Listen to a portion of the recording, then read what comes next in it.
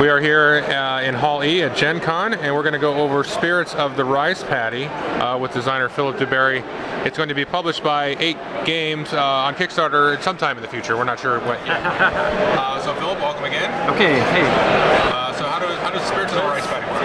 Okay, well it's pretty much a Euro game, and the idea is you're going to be making rice paddies and growing rice, and that's the object of the game. Whoever grows the most rice is the winner. But you do have the help of the spirit world, so you got some spirits that are going to help you. It's based loosely on Balinese mythology, and so that kind of plays into the game. So the first thing you do is you take a setup card, and it will give you a certain amount of little walls that you can build to start off with. It'll tell you where some rocks are in your paddy, and you build your starting hex there. And let's see, looks like I also get some money or some rice. Rice and money is the same thing, so you can use your rice to buy things later on too. And you also get an extra guy. I think you get this one. So that's what I get to start with. So then what happens on a turn is you reveal a rain card. So this tells you how much rain there is. So let's say it was a 3-player game, there would be 5 things of rain. 5 water chips, and those are going to be hanging out over here just for a minute. And also in this one, looks like it's going to add pests to your stuff. And actually, this one is planted and it does have water in it to start with, so that means I get a pest on it, and it's got some water in there. So then before you start the game, you get your spirits. There's 2 different drafts in the game. Right before turn 1 there's a draft, and in the middle of the game there's another draft with higher cards.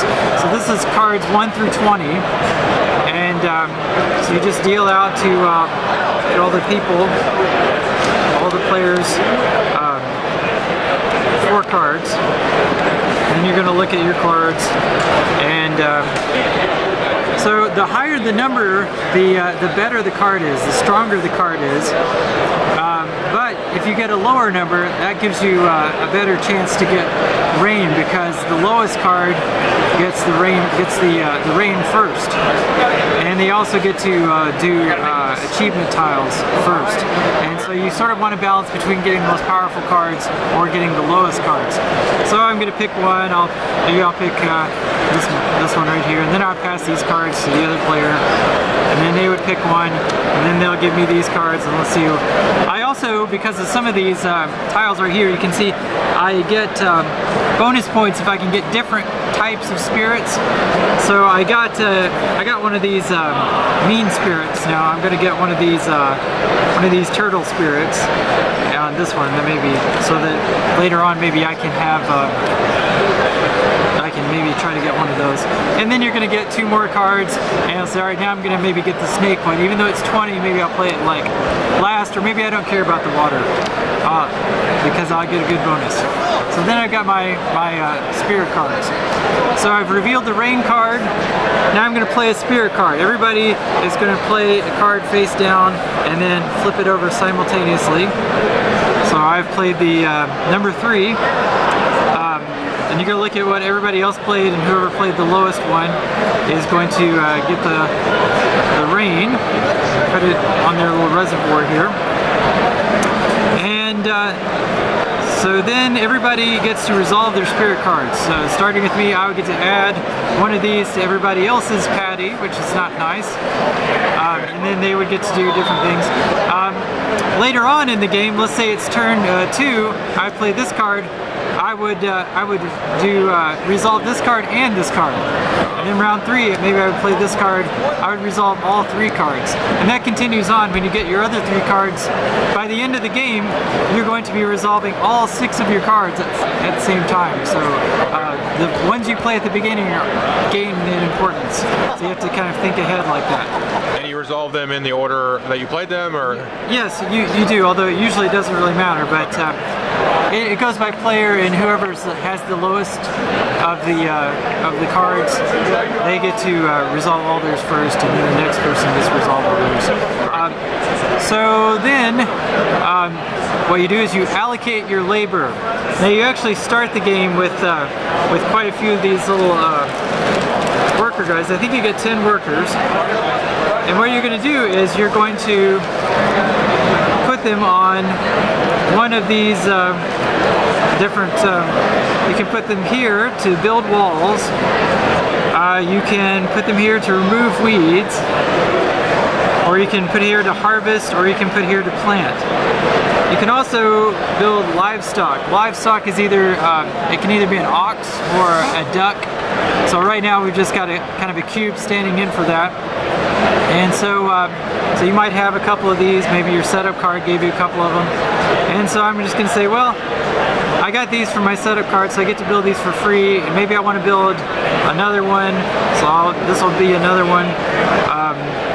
And let's see, maybe I want to plant a couple.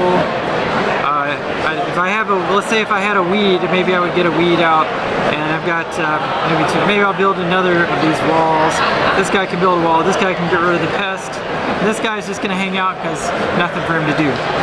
So then when everybody's done that, doing that simultaneously, then everybody puts their walls on. So let's see, I get 2 extra walls. So this quarter right here is already built up with walls, so you can build against that. So I'm going to build, let's say, something like, and this one's going to be a gate. So obviously, well, let's see, maybe I better do it like this. Okay, if I build on here I can, but I have to use one of these guys to get rid of a rock. And you can't really do anything if there's a rock in the way, so it gives you some obstacles. Everybody's got a different kind of way that they can do that. Let's say maybe that guy does that. And so then weeds are removed, pests are removed, and also the ducks can fertilize. So that will make the rice better later on when it's time to harvest, which we'll talk about in a minute. By the way, at this point, water has to be out of there. So actually to do this, I had to release this water. Now I can actually capture it because I built this up this area. But if I hadn't enclosed it yet, let's say I only built this much of it, it would go off to the next person's. But right now I've captured it. I don't have anything to harvest yet. Anything that is planted and has water in it, this is the water in part, so let's see, I'll put my water in. This water doesn't fit, so that goes to the next person, and they can put that in on theirs. Anything that's got water in it and is planted grows automatically, so you flip that over. And then you can plant new stuff, so I can plant in here and plant in here. Alright, so that finishes out that. You can claim an achievement. So let's see if I've accomplished any of these things. I don't know if I have. Let's say I got these. If I have the lowest card, I can pick first. There might only be one I can do. Somebody else might pick it first. So that's worth some more points for me. More rice. Then the market. This is the market right over here. And so the way this works is you can buy one thing and pay the price, and you don't have to pay any tax for that. But if you buy a second man, so now it's costing me 8, and now I bought 2 things, so now I have to pay a tax of 4. So instead of paying 8, now I'm paying 12 for these 2 guys. Or same things, let's say I bought 3 things, maybe all 3 of these, now I have to pay an extra 9.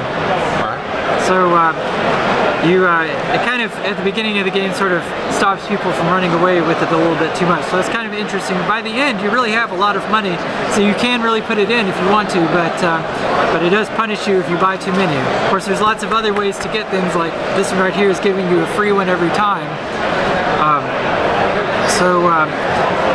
that's kind of the way to do that. So that's the market, and then you advance the round marker. And when you get to the end, that's the end of the game. Let's say it's the next round and I harvest. It's going to take me 2 guys to harvest this one after I've taken the rain out. This is the harvest chart right here.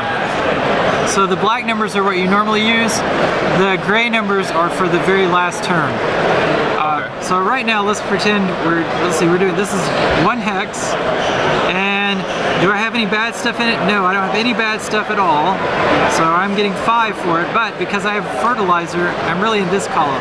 So now I'm gonna get 12. So the fertilizer bumps it up a level. That's correct. So I'm gonna get 12 for this. Now it's empty, and hopefully I've put some people to replant that at the end, because that's further down the action. So that's how you get the bigger. You notice the bigger patty that you make, the payoff is much better. So, but it's harder to get water in, because there might not be very much rain. Like there's a lot of rain here, but some of these cards don't have very much. Like maybe this one comes up, it's just 1 water or 2 or 3 water, and if you weren't the first, you might not see any of it. Right. And you also have the option of letting your stuff rot instead of harvesting it. And that's another way to get rid of some of the weeds and the pests, besides just doing the work to do it. But anyway, as you can see, it's kind of a lot going on, but it all works together really well, and whoever has the most rice at the end is the winner. Oh, thanks a lot, Philip. I appreciate it. Okay, thanks.